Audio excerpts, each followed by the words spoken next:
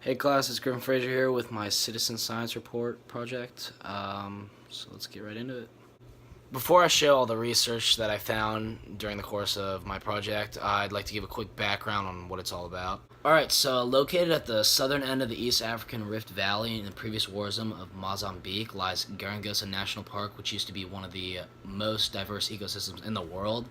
The area underwent 2 decades of war, which annihilated many populations of animals, and since the end of the war, many of the populations are recuperating due to the large-scale conservation effort. So my job, along with thousands of other volunteers, is to help identify the wild animals living in this national park, and we do this through the use of the WildCam website, which basically they have a bunch of cameras planted in the Gorongosa area, so then we could monitor and help identify the wild animals, and then the scientists then use our research and what we found to better understand the recovery rates of the animals, the habitat, the behavior. So once you log onto the site, as you can see here, they have a picture for you to identify, and then on the right side of the page they have like characteristics that you're supposed to match up with whatever you see in the picture.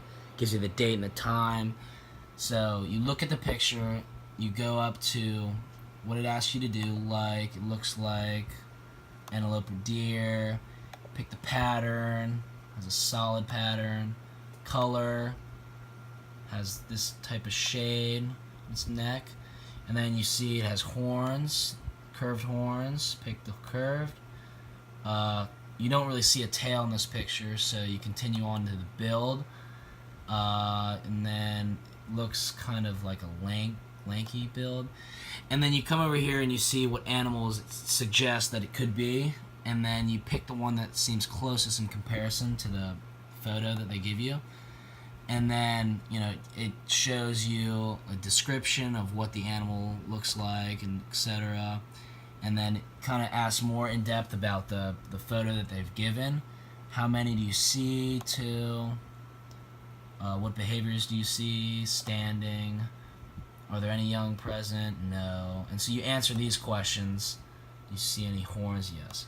And you press identify, and then it's as simple as that, really. And you press done, and it sends whatever characteristics that you picked up, and it sends the photo to the scientists for them to study.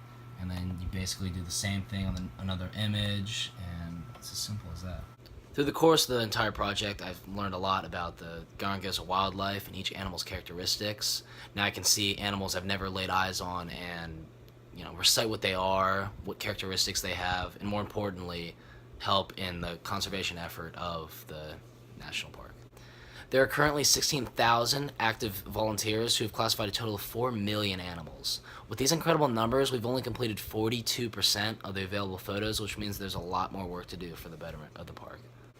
I think hands down the best part of this whole operation is that we can help the cause without even leaving the confinements of our home. All we need to do is log on to the WildCam website, assist in determining what animals we see on our computer screens, and it's really as simple as that. I'm proud to say that I have identified 400 photos since the beginning of this project, which was my goal. Now in the grand scheme of things, this number isn't too high, but if more and more people log on, dedicate their time to this cause, we can all be contributors to the recovery of a fallen ecosystem so that it can thrive once again. Thank you guys for your time. Hope you all enjoyed.